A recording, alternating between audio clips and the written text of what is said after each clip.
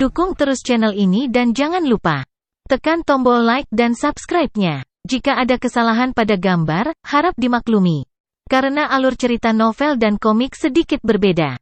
Buttface menatap tak percaya dan berkata, "Sial, sejak kapan barang berharga sebanyak ini?" Dengan itu, dia berbalik dan menyapu sekeliling. Berbalik, dia diam-diam berlari ke sudut yang sepi. Pada saat yang sama, pangeran kedua dan ketiga tidak percaya. Pada saat seperti ini, mereka sebenarnya bisa melihat ada sesuatu yang tidak beres. Penatua ke-8 dari Sky Incense Valley tidak mungkin orang gila. Dia adalah seseorang yang sangat memperhatikan reputasinya, jadi bagaimana dia bisa makan kotoran di depan semua orang?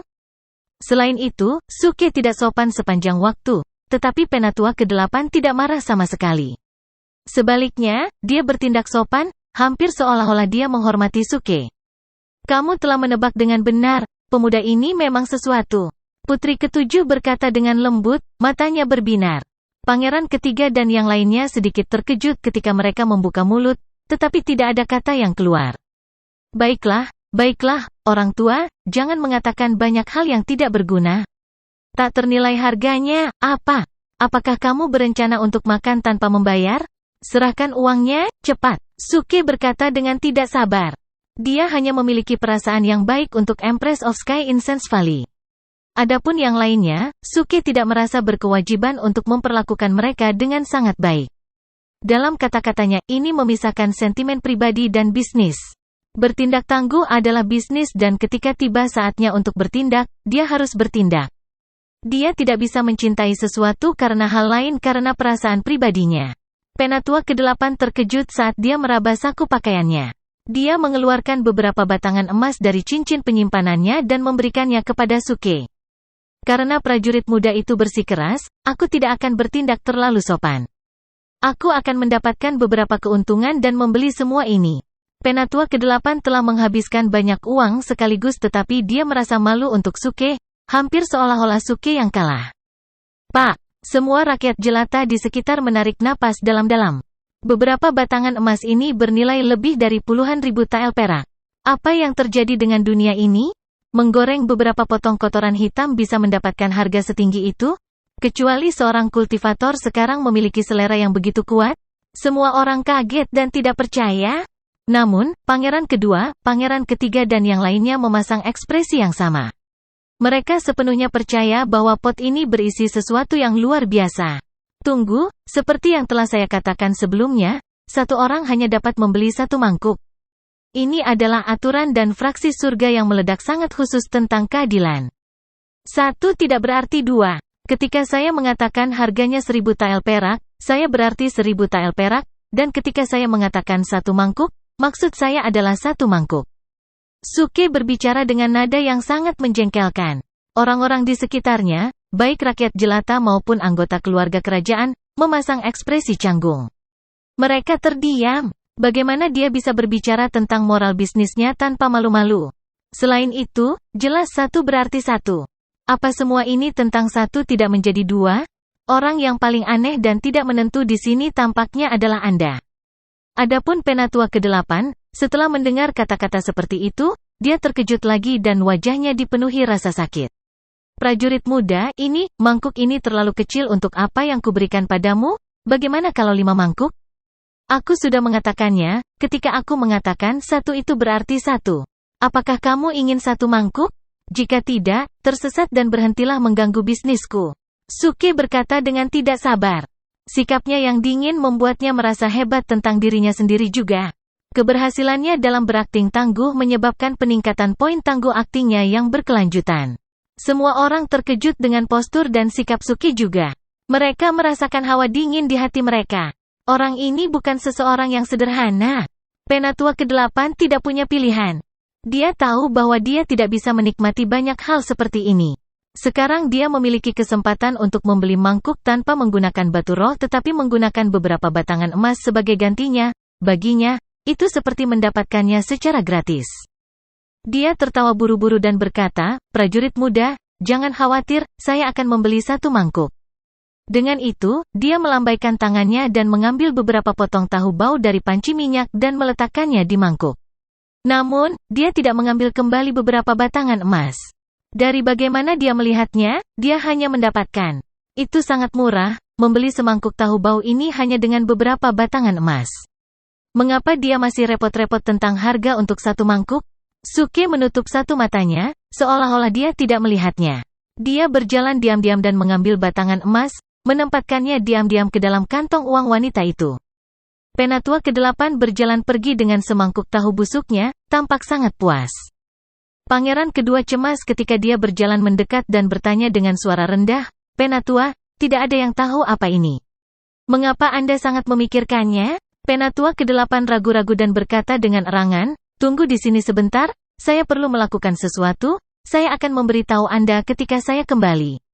Dengan itu, dia tiba-tiba melompat ke depan dan menyapu udara. Dia tidak ingin mengungkapkan rahasia tahu bau itu, dan kali ini, dia tidak sendirian di sini. Dia membawa serta beberapa murid yang menunggunya di luar kota. Oleh karena itu, dia ingin membawa murid-muridnya untuk membeli semangkuk masing-masing, sebanyak yang dia bisa dapatkan. Namun, tindakannya tidak sederhana di mata para pangeran. Tepat saat dia pergi, mereka mengalihkan pandangan mereka ke panci tahu bau pada saat yang sama. Bahkan mata putri ke-7 bersinar saat dia tiba-tiba melangkah maju. "Tuan Suke, bisakah Anda menjual mangkuk kepada saya?" Suaranya sejernih lonceng perak dan sangat memesona. Saat dia menatap Suke dengan matanya yang indah, matanya dipenuhi dengan kelembutan. Beberapa pangeran mengerutkan alis mereka, sedikit terkejut. Mereka memahami saudara perempuan mereka dengan sangat baik. Dia bukan orang yang mudah didekati dan memiliki selera tinggi. Sejak usia muda, selain kerabatnya, hanya Sekte Pedang Giok dan Ye Chang Feng yang bisa berbicara dengannya. Tapi sekarang, dia telah berjalan maju secara sukarela dan mulai berbicara dengan Suke. Jelas, dia pasti menyadari bahwa ramuan ini tidak sesederhana itu. "Tentu saja, untuk seorang wanita cantik, aku selalu ramah. Kamu dapat memilikinya secara gratis, ambil sebanyak yang kamu mau. Tapi ingat, jika kita berbicara bisnis, panggil aku Mayun dari fraksi surga yang meledak." Ma dari Mayun dan Yun dari Mayun, mengerti? Ayo, mari kita buat tujuan kecil bersama, seperti makan 100 mangkuk tahu busuk ini. Dengan itu, Suke berbicara dengan nada yang sangat ramah dan melambaikan tangannya dengan ramah. "Lihatlah keanggunan dan sosok mungil sang putri, dengarlah suara ini, merdu sekali. Sebagai seorang pria, bagaimana saya bisa meminta uang darinya? Sialan, bocah, dasar makhluk bernafsu." Pada saat itu, suara Butfest bergema dari jauh, dipenuhi amarah. Dia telah pergi ke suatu tempat untuk merencanakan triknya tetapi sekarang berlari kembali dengan tas misterius di tangannya. Dia sekarang kebetulan melihat pemandangan ini dan sangat marah. Lagi pula, dia baru saja mencuri lusinan sayap ayam dan dikejar-kejar oleh Suke. Tapi wanita ini dapat memiliki tahu bau gratis? Dan ada tujuan? 100 mangkuk? Apakah ada keadilan untuk ini? Ini jelas bias. Butfest menjadi lebih marah dan lebih marah saat dia memikirkannya. Namun, Suke menjawab seolah-olah dia benar. "Butfest, kamu masih punya pipi untuk berbicara di sini? Dengarkan dirimu sendiri." Suara putri begitu merdu dan terdengar sejernih lonceng perak. Itu membuatku dalam suasana hati yang baik. Jadi bagaimana jika aku memperlakukannya sedikit berbeda? Aku bahkan mungkin mau mentraktirnya semangkuk hotpot pedas seharga $6 juga. Putri ke-7 terkejut, mulutnya sedikit menganga. Suke, yang telah memarahi orang sejak dia pertama kali membuka mulutnya, kini tiba-tiba membuat komentar memuji dia karena suaranya yang indah. Butfest tidak puas dan melolong pada Suke, "Suara dewa ini juga keperakan dan renyah, namun Anda mengejar saya dan ingin membunuh saya. Ini adalah diskriminasi gender? Omong kosong, kamu terdengar seperti bebek? Dan kamu punya pipi untuk mengklaim bahwa suaramu keperakan dan renyah? Demi Tuhan, suaramu seperti suara barbel yang jatuh ke tanah." Suke memelototi Butfest. Tak tahu malu. Butfest segera melolong frustrasi. Suke tidak bisa diganggu dengannya. Dia memandang putri ke-7 dan langsung menjadi genleman. Dengan senyum ringan, dia berkata, "Putriku yang cantik, bagaimana kalau aku mentraktirmu hotpot pedas? Jenis yang harganya $6. Oh, hotpot pedas, apa itu?" Putri ke-7 bingung. Ini hidangan ajaib. Setelah memakannya, kamu pasti ingin kembali lagi setidaknya 13 kali dalam satu malam. Suke berkata dengan sikap anggun. Putri ke-7 bingung. Dia tidak bisa mengerti sama sekali. Butfest muncul lagi ketika dia mendengar ungkapan hotpot pedas. Dia merasa itu pasti hidangan paling enak di seluruh dunia. Dia segera berteriak, hotpot pedas. Wah, dewa ini ingin makan hotpot pedas. Ini bukan urusanmu, jadi pergilah. Tidak bisakah kamu melihat bahwa raja yang tangguh ini sedang berbicara dengan seorang gadis? Ekspresi Suke penuh dengan ketidaksenangan. Apakah kamu bercanda? Dia pikir. Act of King ini tidak akan mengajak anjing keluar. Mengapa saya mentraktir Anda hotpot pedas? Putri ketujuh terkekeh dan matanya sedikit berkedip. Dia merasa bahwa pemuda dan anjing itu agak menarik. Namun, dia ingin mengetahui lebih banyak informasi untuk menentukan latar belakang Suke, jadi dia tidak meninggalkan tempat itu. Tuan muda Suke memiliki keterampilan kuliner yang luar biasa, kata putri sambil tersenyum. Apakah Tuan muda Suke punya waktu luang untuk pergi ke kedai teh untuk berbicara sebentar? Oh, Nona, kamu sebenarnya orang yang lugas dan jujur secara emosional. Tapi sayangnya, saya seorang pria dan saya tidak suka terburu-buru. Saya harap Anda tidak terlalu cemas. Cinta adalah sesuatu yang membutuhkan untuk dipupuk. Seperti kata pepatah, keengganan tidak akan pernah menghasilkan hasil yang diinginkan. Namun, karena Anda telah mengundang saya, tidak sopan untuk menolak. Saya hanya perlu menyelesaikan penjualan tahu bau terlebih dahulu. Ini adalah bisnis kecil dan integritas sangat penting. Suke memberi isyarat hormat dengan menangkupkan satu tangan di tangan lainnya di depan dadanya. Pilihan kata-katanya mungkin tampak elegan di permukaan, tetapi entah bagaimana rasanya tidak benar. Apa pria tidak suka terburu-buru, dan tidak akan terlalu cemas, dan tidak sopan untuk menolak? Semua ungkapan genit yang berlebihan ini, mungkinkah ada pria yang lebih tak tahu malu di dunia ini? Kerumunan terkejut dan terkejut setelah memikirkan apa yang dikatakan Suke. Anak ini terlalu tak tahu malu. Dia berani menggoda putri ketujuh. Ini benar-benar keterlaluan. Kata-kata seperti ini biasanya terdengar di rumah bordil. Beraninya dia mengucapkan kata-kata seperti itu dalam situasi seperti itu? Untuk siapa Anda mengambil putri ketujuh? Putri ketujuh terkejut. Dia benar-benar lengah karena Suke tidak berperilaku seperti seorang pria seharusnya dengan mengatakan hal-hal tidak senonoh seperti itu. Beberapa pangeran sangat marah setelah mendengar kata-katanya. Mereka tidak bisa mengendalikan amarah mereka dan berteriak dengan keras, mengerikan. Kamu terlalu berani, beraninya kamu membuat pernyataan kurang ajar seperti itu kepada saudara perempuanku. Cepat dan berlutut untuk meminta pengampunan. Pangeran kedua juga membela adiknya dan memerintahkan dengan nada dingin, laki-laki. Tangkap bajingan sombong ini. Para penjaga segera mengerumuni Suke. Kerja bagus, cepat dan bawa pergi bocah ini. Buttface berkomentar dengan gembira saat dia hampir melompat kegirangan. Tunggu sebentar. Suke mengangkat satu tangan dan berkata dengan serius, apakah kamu mencoba membuat masalah?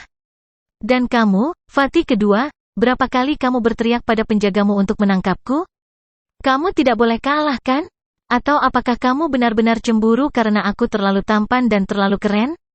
Mulut pangeran kedua berkedut. Kamu mempermalukan adikku. Ini pelanggaran yang bisa dihukum mati? Sial, jangan menuduhku hal-hal konyol. Kapan aku mempermalukan adikmu? Suke langsung tidak senang. Dia menoleh ke putri ketujuh dan tersenyum menawan. Putriku yang cantik, bolehkah aku bertanya apakah aku mempermalukanmu sebelumnya? Ah, jangan buru-buru bicara.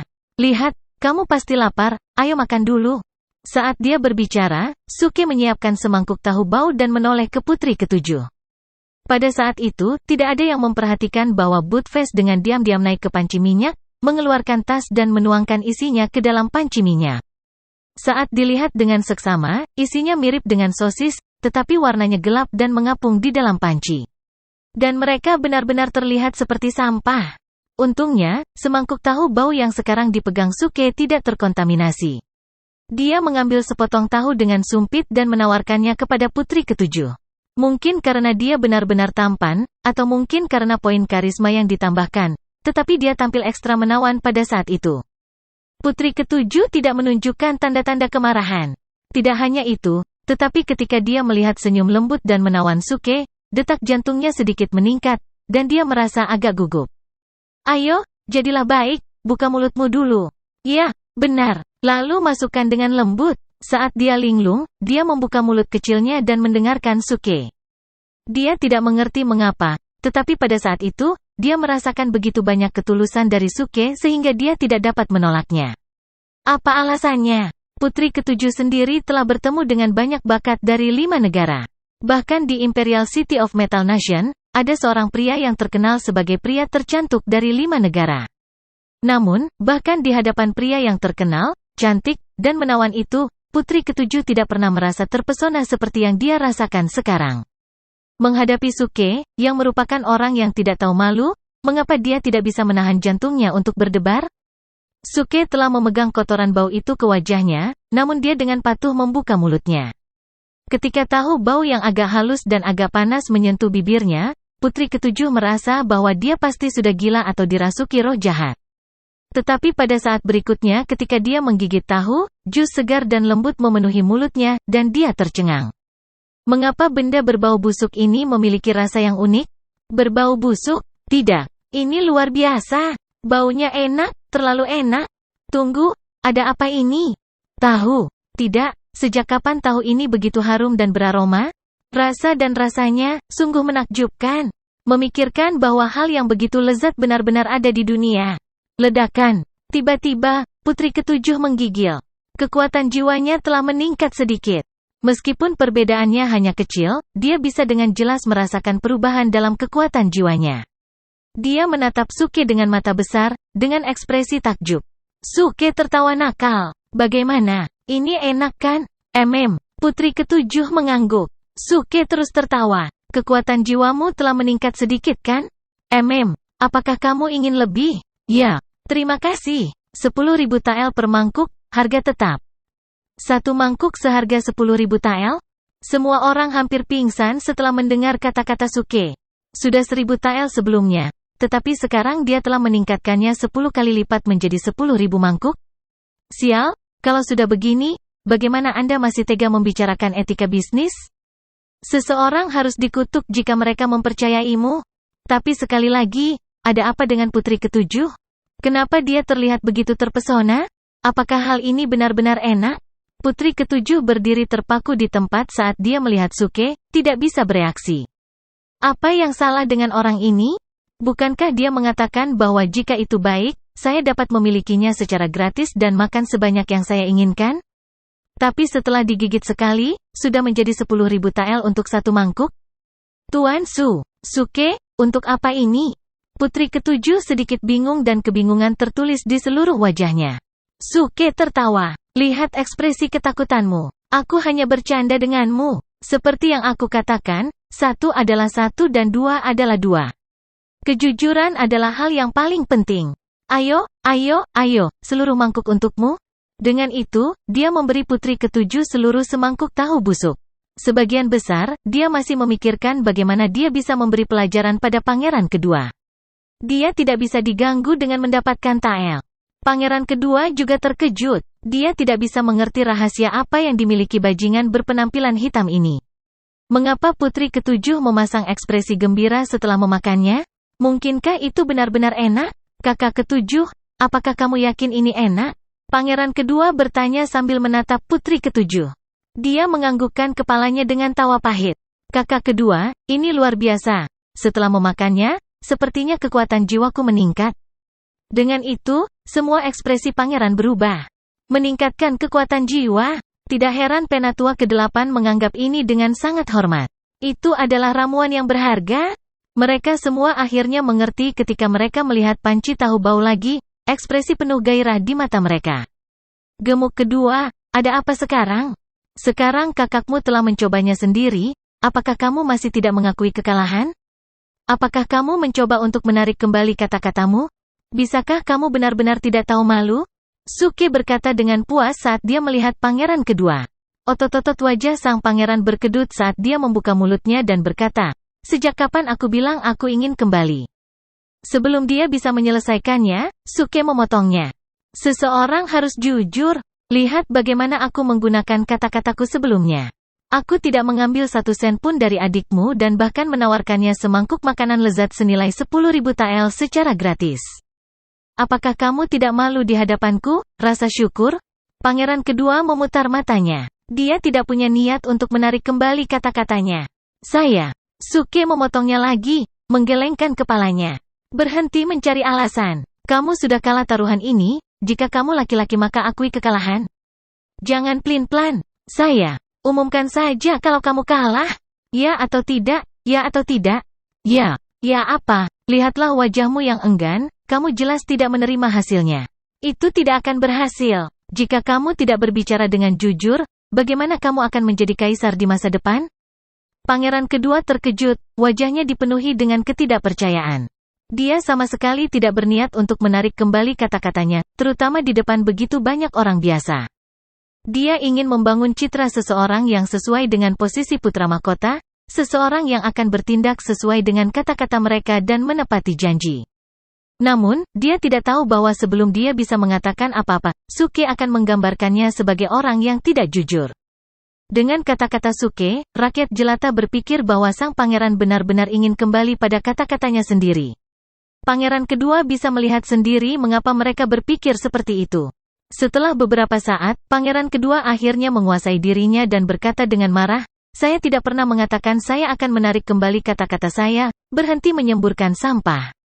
Baiklah, baiklah, karena kamu telah menyadari kesalahanmu dan mengaku kalah, itu menunjukkan kata-kataku tidak jatuh di telinga tuli. Kamu perlu memperhatikan di masa depan, jangan menunggu orang lain mengingatkanmu. Suke mengangguk dengan tulus, seolah-olah pangeran kedua adalah siswa yang layak dan dia sendiri adalah guru yang berterima kasih. Pangeran kedua hampir memuntahkan darah saat dia menatap Suke dengan marah. Sebelum dia bisa mengatakan apa-apa, Suke memotong lagi. Di sini, sekarang saatnya untuk membahas tempat tinggal yang kamu berutang padaku. Pangeran kedua membuka matanya lebar-lebar.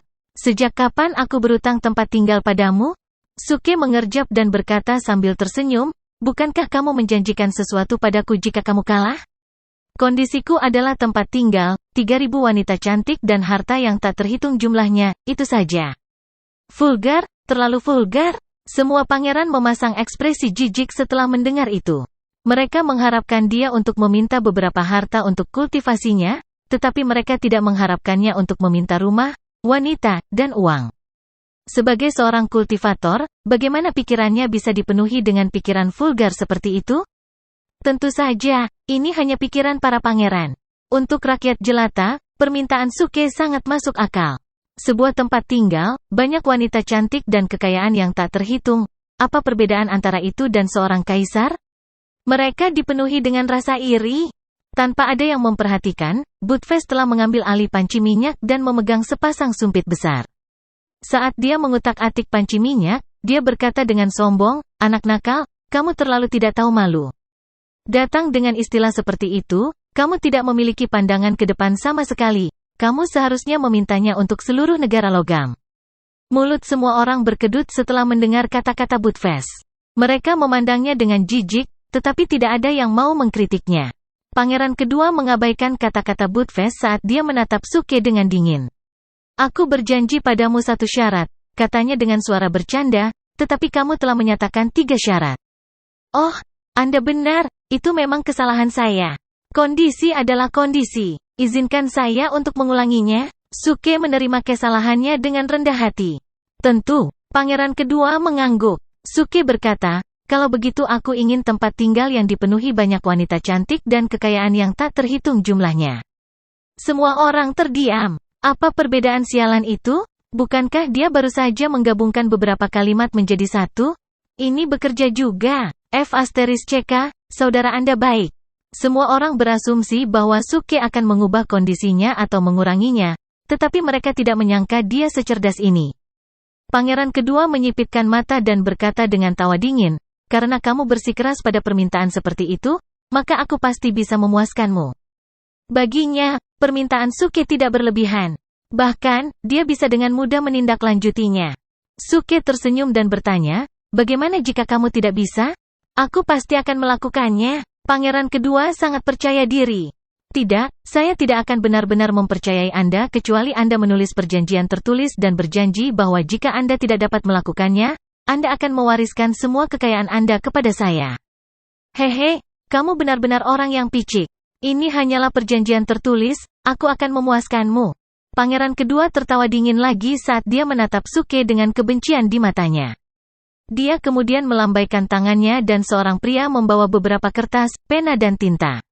Dia segera menuliskan perjanjian itu. Di bawah pengawasan orang banyak, pangeran kedua menulis IOU di tempat untuk Suke. Pangeran kedua perlu menyiapkan harem dengan 3.000 wanita cantik dan sebuah rumah besar yang penuh dengan emas dan perak. Jika dia tidak dapat mematuhi, semua aset di bawahnya harus ditransfer ke Suke sebagai kompensasi. Suke sangat puas dan menerima IOU, menyeringai lebar. Lakukan yang terbaik, Fatih kedua, katanya dengan tegas. Aku akan menunggu kabar baik besok. Setelah itu, dia berbalik dan pergi. Karena dia sudah selesai berakting tangguh, dia harus pergi dengan cara yang keren untuk meninggalkan kesan yang tak terlupakan dan menarik rasa hormat dari orang lain. Tetapi ketika Suke berbalik untuk pergi, dia melihat Buttface berdiri di samping panci minyak dan bekerja dengan tahu bau, mirip dengan apa yang dilakukan Suke saat memasaknya. Buttface terlihat sombong dan sepertinya dalam suasana hati yang baik.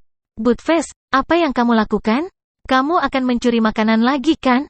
Suke segera mengerutkan alisnya dan berjalan mendekat. Buttface memiliki hati nurani yang bersih kali ini dan sekarang berani dan percaya diri. Dia kesal dengan tuduhan Suke dan menjawab dengan percaya diri, dewa ini tidak perlu mencuri. Saya juga terlibat dalam hal ini. Apa maksudmu? Suke terkejut dan menundukkan kepalanya untuk melihat pot. Segera, matanya menatap tajam pada apa yang ada di dalamnya. Ada potongan-potongan benda gelap berbentuk sosis yang mengambang di pot. Dan setelah digoreng, warnanya menjadi hitam dan keras. Mereka sama sekali bukan tahu yang bau. Selain itu, mereka memancarkan bau yang lebih busuk dari sebelumnya. Benda berbentuk sosis itu gelap dan panjang. Suke berpikir bahwa mungkin itu baru saja dibuat. Suke ingin berteriak dan bersumpah. Itu tampak seperti kotoran anjing asli? Suke langsung menatap Buttface. Apa yang kau masukkan ke dalam? Buttface menjawab dengan puas, dewa ini telah memasukkan sesuatu ke dalam yang tidak dapat dibandingkan dengan ramuan asli Anda. Ini adalah koleksi berharga saya yang telah bertahan setidaknya 10.000 tahun. Ini memiliki bau yang kuat dan pasti rasanya enak. Bagaimanapun, dewa ini telah memutuskan itu dari sekarang dan seterusnya, Anda harus memberi saya 20% dari keuntungan untuk setiap mangkuk yang Anda jual. Bibir Suke berkedut. Buttface benar-benar berpikir bahwa Suke sedang membuat sepanci kotoran. Anjing bodoh sialan ini benar-benar idiot. Umpatnya di dalam kepalanya. Ini terlalu sakit. Kotoran Buttface yang berusia 10.000 tahun sekarang ada di dalam pot. Tidak heran bau aslinya tiba-tiba menjadi lebih memuakkan. Melihat Buttface menggoreng kotoran dengan ekspresi puas diri, Suke terpaku sesaat karena dia benar-benar bingung harus berkata apa. Tidak apa-apa, karena kamu berusaha keras untuk mengambil koleksimu yang berusia 10.000 tahun, akan terlalu memalukan bagiku untuk bertarung denganmu demi tael perak, kata Suke, melambaikan tangannya. Kamu dapat memiliki semuanya. Uang itu milikmu. Yo, aku tidak menyadari bahwa kamu sebenarnya anak yang cukup masuk akal. Baiklah, karena kamu tidak ingin mendapat bagian dalam keuntungan, dewa ini tidak akan memaksamu. Buttface sangat senang. Dia berbalik ke kerumunan dan mulai menjual kotorannya yang bau. Ayo, semua orang datang dan lihat. Kelezatan fraksi surga yang meledak, 10.000 tael per mangkuk, harga yang otentik, asli, dan jujur untuk semua orang. Ketika rakyat jelata mendengar itu, minat mereka pada tahu bau langsung berkurang. 10.000 tael untuk mangkuk? Anjing ini terlalu jahat. Para pangeran tidak bisa tinggal diam sekarang. Jadi bagaimana jika 10.000 tael per mangkuk untuk hal yang luar biasa? Bahkan jika harganya 100.000 tael, mereka tetap akan membelinya. Meskipun benda ini berbau busuk, mereka yakin bahwa ini adalah harta yang langka. Menurut apa yang dikatakan Putri Ketujuh dan perilaku aneh tetua dari lembah dupa langit, tahu bau itu terasa enak dan bisa meningkatkan kekuatan jiwa mereka. Hampir tidak ada harta yang bisa meningkatkan kekuatan jiwa sekarang. Apapun yang dapat meningkatkan kekuatan jiwa, bahkan sedikit, memiliki harga yang selangit. Itu telah mencapai keadaan di mana para pembudidaya bersedia membayar, tetapi tidak ada pasokan. Karena itu, ketika mereka mengetahui bahwa hidangan itu dapat meningkatkan kekuatan jiwa mereka, bahkan jika rasanya seperti kotoran, mereka tidak akan ragu untuk memakannya dalam suapan besar. Pangeran ini menginginkan mangkuk, beri pangeran ini mangkuk juga. Dan pangeran ini juga, satu mangkuk. Para pangeran berjalan ke Buttface. Pangeran kedua bahkan bergegas untuk menjadi yang pertama dalam antrean. Suke berusaha sangat keras untuk menahan tawanya, jadi dia tampak seperti sedang tersenyum. Ini karena dia tahu bahwa Buttface pasti akan segera dipukuli. Akhirnya ia berhasil mengendalikan senyumnya dan berjalan menghampiri wanita pemilik warung tersebut. Nyonya, uang itu milikmu. Di masa depan, kamu bisa merawat anakmu di rumah tanpa khawatir tentang uang. Akan ada perkelahian di sini segera sehingga kamu dapat berhenti berbisnis sekarang, cepatlah dan kembali ke rumah. Saat wanita itu mendengarkan dia berbicara, dia melihat beberapa batangan emas di dalam tas uangnya. Dia sangat ketakutan sehingga dia terus menggelengkan kepalanya untuk menolak tawaran Suke. Suke menunjukkan senyum menawannya sekali lagi dan berkata, ambil saja, saya masih memiliki emas dan perak yang dijanjikan pangeran kedua kepada saya. Beberapa batangan emas ini bukanlah apa-apa. Cepat dan pergi sekarang. Terima kasih, Tuan Muda. Wanita itu tiba-tiba tampak malu dan mengangguk ringan. Kemudian, setelah jeda, dia berbicara dengan lembut, Tuan Muda, malam ini, jika Anda punya waktu, Anda bisa datang ke timur kota. Di ujung Vermilion Bird Street, rumah keempat, Anda akan menemukan saya. Tanda seru petik 2. Ketika dia selesai berbicara, wajahnya memerah. Dia menggendong anaknya dan melarikan diri. Seolah-olah dia sangat pemalu dan malu. Faktanya, dia tidak pernah berpikir bahwa dia akan begitu berani mengatakan hal seperti itu kepada seorang pria muda yang baru saja dia temui. Namun, dia tidak dapat menahan perasaan yang dia rasakan di dalam hatinya. Ketika dia melihat wajah Suke yang tersenyum, dia tidak bisa menghentikan jantungnya untuk berdebar. Setelah suaminya meninggal beberapa tahun yang lalu, dia sendirian sambil merawat putranya dengan sepenuh hati. Singkatnya, dia hanyalah seorang manusia biasa, seorang wanita biasa. Karena Suke mengaktifkan semua efek pesona tambahan dan juga memperlakukannya dengan sangat baik, bagaimana dia bisa menolaknya? Suke juga tercengang. Melihat wanita yang telah menghilang ke dalam labirin jalanan, dia tidak bisa menahan diri untuk tidak menyentuh wajahnya dan berseru di dalam hatinya, wow, aku sebenarnya sangat tampan sehingga setiap gerak tubuh dan gerakanku bisa membuat para gadis tergila-gila. Bahkan wanita muda yang sudah menikah melemparkan diri ke arahku. Jadi Tuan Muda Su adalah orang yang romantis, riang, dan keren? Pada saat ini, suara renyah terdengar putri ketujuh. Dengan kerudung menutupi wajahnya, dia tersenyum dan menatap Suke. Rupanya, dia telah mendengar apa yang dikatakan wanita itu kepada Suke sebelumnya. Putri ketujuh, kamu salah paham, jawab Suke dengan sopan dengan lambaian tangannya. Saya memiliki hati yang murni dan sedikit keinginan. Ibu dan anak itu tampak menyedihkan. Jadi saya membantu mereka keluar dan tidak memikirkan hal lain. Oh, jadi begitu, sepertinya aku terlalu memikirkannya. Tuan Muda Su, aku harap kamu tidak tersinggung. Putri ketujuh tersenyum meminta maaf. Dia sekarang memiliki kesan yang lebih baik tentang Suke. Dia cerdas dan tahu bahwa kehidupan ibu dan anak itu tidak mudah. Suke telah membantu mereka dengan mengajari wanita itu cara memanggang sayap ayam. Di masa depan, wanita itu akan dapat menggunakan keterampilan memanggangnya untuk mendapatkan uang sendiri. Beri seseorang ikan dan Anda memberinya makan selama sehari, ajari seorang pria memancing dan Anda memberinya makan seumur hidup. Dia sangat memahami perkataan ini. Tidak apa-apa, aku sudah terbiasa. Lagi pula, untuk mencintai dunia dan mencintai semua makhluk bukanlah hal yang mudah. Aku bahkan membuat lagu tentang ini. Cinta benar-benar membutuhkan keberanian untuk menghadapi semua gosip dan kebohongan. Jika kamu, Dia terbatuk. Maafkan saya keluar dari nada. Puff. Putri ketujuh terkekeh dan menatap Suke dengan matanya yang indah. Tuan Muda Su tampaknya orang yang cerdas, kata sang putri lembut. Mengapa kita tidak pergi ke kedai teh untuk minum teh dan mengobrol sebentar? Minum teh? Lupakan saja, aku masih ada urusan yang lebih penting. Aku tidak punya waktu untuk minum teh. Oh, ada apa, Tuan Muda Su? Ada yang bisa saya bantu? Kalau dipikir-pikir, aku benar-benar membutuhkan bantuanmu.